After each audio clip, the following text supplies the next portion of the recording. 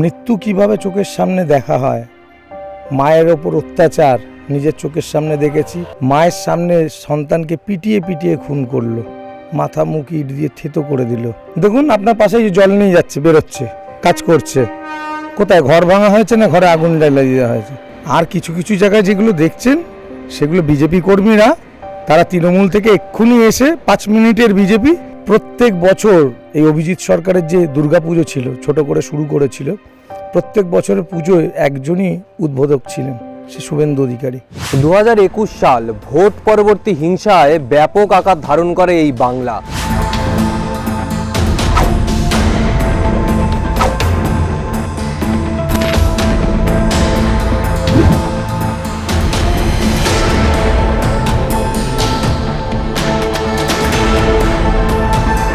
বাংলায় নির্বাচন যে কখনোই শান্তিপূর্ণ হয় না সেটা 2021 দেখিয়েছে, কিন্তু বাংলার নির্বাচনও যে শান্তিপূর্ণ হয় সেটা 2026 সাল দেখালো।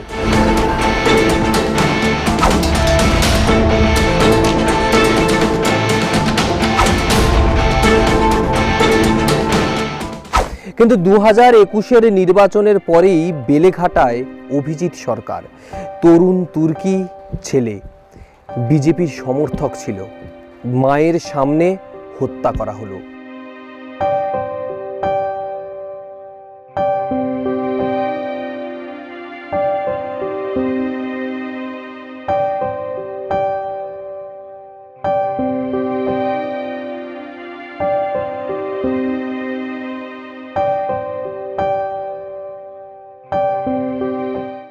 আজকে তারই পরিবারের তার দাদার সামনে দাঁড়িয়ে রয়েছি, বিশ্বজিৎ সরকার।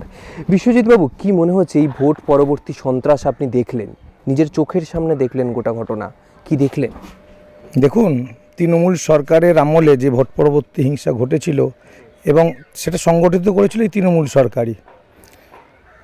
মৃত্যু কিভাবে চোখের সামনে দেখা হয়, মায়ের ওপর অত্যাচার নিজের চোখের সামনে দেখেছি, চোখে দেখেছি ভাইকে খুন হতে।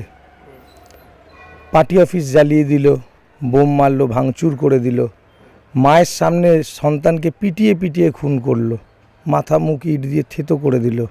সেটা আমরা দেখেছি। ভয় কাকে বলে সেদিন আমরা বুঝতে পেরেছি যে মৃত্যু কী জিনিস, মায়ের সম্মান কী জিনিস, সেটা আমাদের অনুভব করতে হয়েছিল সেই দিনকেই। এত বড় অত্যাচার, পুলিশ প্রশাসনকে দাঁড় করিয়ে তৃণমূল তার এমএলএ এমপিদের নিয়ে, এমএলএ কাউন্সিলরদের নিয়ে এই খুনটাকে সংগঠিত করেছিল। সাহায্য করেছিল কলকাতা পুলিশ, যে পুলিশকে মহামান্য বিচারক জেল হাজত করিয়েছিল। তো আজকে নতুন সরকার এসেছে, যেই সরকারকে আনার জন্য আজকে অভিজিতের প্রাণটা চলে গেল, যে লড়াই বিজেপি সরকারকে আনার জন্য, আজকে আমার ভাই শহীদ হয়ে গেল। নতুন সরকারের কাছে আমার এটাই দাবি, এবং শুভেন্দু অধিকারী তিনি যখন লিডার অফ অপোজিশন ছিলেন, বারবার ছুটে এসেছেন এই অভিজিৎ সরকারের শহীদ বেদিতে। প্রত্যেক বছর এই অভিজিৎ সরকারের যে দুর্গাপুজো ছিল, ছোট করে শুরু করেছিল, প্রত্যেক বছরের পুজোয় একজনই উদ্বোধক ছিলেন, সে শুভেন্দু অধিকারী।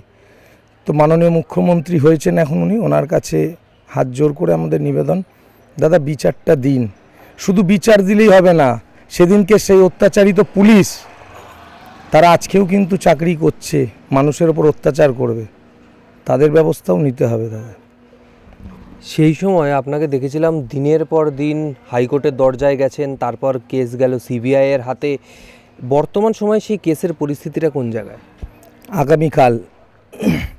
আগামীকাল এই কেসের দিন রয়েছে, এবং নতুন সরকার যাতে এই ব্যাপারটাকে দেখে এবং তাড়াতাড়ি, যত তাড়াতাড়ি পারে, এই দুষ্কৃতী, এই পরেশ পাল, স্বপন সমাদ্দারের মতো গুন্ডাদের জেলের পিছনে দেওয়ার ব্যবস্থা করুক। আমার ভাইয়ের আত্মাতে শান্তি হবে। দেখুন, একটা শান্তি তো হয়েছে বিজেপি সরকার এসে, যার জন্য সে প্রাণ দিল 21-এ, আজকে 26-এ বিজেপি সরকার প্রতিষ্ঠিত হলো।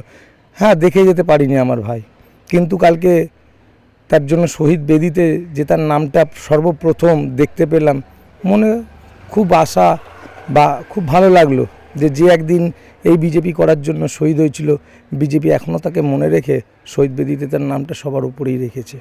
এটা শুভেন্দুবাবুর সাথে কথা হয়েছে এরপরে? না, ভোটের আগে হয়েছিল, তারপর উনি যেহেতু ব্যস্ত সেইভাবে আর হয়নি। নিশ্চয়ই, উনি তো এতবার, শুধু একবার না, আপনারা তো দেখেছেন বারবার কেসের মামলা বা সব কিছু ক্ষেত্রে উনি আমার পাশে দাঁড়িয়েছিলেন। আমার মা যখন হসপিটালে ভর্তি হলো অসুস্থ হয়ে, উনি দাদা গেছিলো, নিশ্চয়ই যোগাযোগ করে। এখন দাদা ব্যস্ত, আগের মতো তার রোজ রোজ গিয়ে বলতে পারি না দাদা এইটা দাও ওইটা করে দাও। এখন তো উনি মুখ্যমন্ত্রী, আমাদেরও সেটা বুঝতে হবে যে সবসময় ওনাকে বিরক্ত করা যায় না। ভোট পরবর্তী হিংসা বেলেঘাটা দেখেছিল 2021-এ কী হয়, কিন্তু এবারে যখন বিজেপি ক্ষমতায় আসলো, আপনার ভাই বিজেপি করার জন্যই কিন্তু আজকে এই পরিণতি হলো। তাদের ওপর কি কোনো ভোট পরবর্তী হিংসা দেখতে পাওয়া আপনার গেছে? পেছনের বাড়িটাই দেখুন না, ওর 4-4টে ছেলে জেলে রয়েছে এখনো অবধি। এই মামলার পরবর্তী শুনানি আগামীকাল। দেখুন আপনার পাশে জল নিয়ে যাচ্ছে, বেরোচ্ছে, কাজ করছে। কোথায় ঘর ভাঙা হয়েছে না ঘরে আগুন জ্বালিয়ে দেওয়া হয়েছে?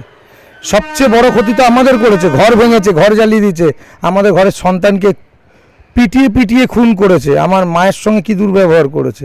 তারা তো বহাল তবিয়তে রয়েছে। আমরা হিংসায় বিশ্বাসী না, মহামান্য আদালত আছে, তারা নিশ্চয়ই এর বিচার করবে। বিচার হবে বলেই তো আমরা বসে রয়েছি আজকে 5টা বছর দাঁতে দাঁত চিপে লড়াই করে গেছি বিচার পাবো বলে। আইন আমরা কেন হাতে তুলবো? আমরা তো তুলিনি। দেখুন তো সব আসামির বাড়িতে রয়েছে, সবাই রয়েছে, লোক ঘুরে বেড়াচ্ছে। কোথায় তাদের মেরেছি না তার ঘর জ্বালিয়ে দিয়েছি কিছুই তো করিনি। আমার চেয়ে তো বড় অত্যাচারী তো আর কেউ হয়নি। আর কিছু কিছু জায়গায় যেগুলো দেখছেন সেগুলো বিজেপি কর্মীরা, তারা তৃণমূল থেকে এক্ষুনি এসে 5 মিনিটের বিজেপি এইসব উৎপাতগুলো করছে, নিশ্চয়ই দল ব্যবস্থা নেবে। ভোট পরবর্তী হিংসা শুধু অভিজিৎ সরকারের ওপর না, তার আদরের 6টা কুকুরের ওপর পড়েছিল। মা সহ 5 জন শাবককে মারা হয়েছিল এই ভোট পরবর্তী হিংসায়। শুধু মানুষের ওপর আক্রমণ নয়, শুধু মানুষের ওপর এই ভোট পরবর্তী হিংসায় তাদের রাগ, তাদের ক্ষোভ নয়, একটা রাস্তার কুকুর, মা সহ 5 জন কুকুরকে মারা হয়েছে এই ভোট পরবর্তী হিংসায়। এই ভোট পরবর্তী হিংসা বেলেঘাটায় ঠিক এই পর্যায়ে পৌঁছে গেছিল। কিন্তু 2026 সাল, যে সালের কথা বারবার বলা হচ্ছে, কারণ এবছর ভোটের সময় কোনো হিংসা দেখতে পাওয়া যায়নি। এবছর ভোটের সময় এমন কোনো সন্ত্রাস দেখতে পাওয়া যায়নি যেটা মনে রাখার মতো। কোনো মারার ঘটনা নেই, কোনো মৃত্যু হয়নি এই 26-এর নির্বাচনে। কিন্তু ভোট পরবর্তী সন্ত্রাস সেই 2021-এর ঘটনাকে আবার কোথাও গিয়ে যেন স্মরণ করিয়ে দিচ্ছে। পরিবারের দাবি বিচার। শুভেন্দু অধিকারী, কেন্দ্রীয় নেতৃত্ব, বাংলায় নতুন সরকার, কোথাও গিয়ে সিবিআইয়ের কাছে সেই বিচার চাইছে তারা। এতদিনের প্রতীক্ষা শুভেন্দু অধিকারীকে মুখ্যমন্ত্রী করার জন্যই আজকে অভিজিৎ সরকারের এই পরিণতি। কোথাও গিয়ে সেই স্বপ্ন পূরণ হলো, তিনি চোখে দেখতে পারলেন আর সেই স্বপ্ন পূরণ, কিন্তু তার বিচারটা এখনও অধরা। কবে পাবেন সেই বিচার, এখন নজর সেদিকেই। ক্যামেরায় সুব্রতর সঙ্গে রিক, আর প্লাস নিউজ, বেলেঘাটা।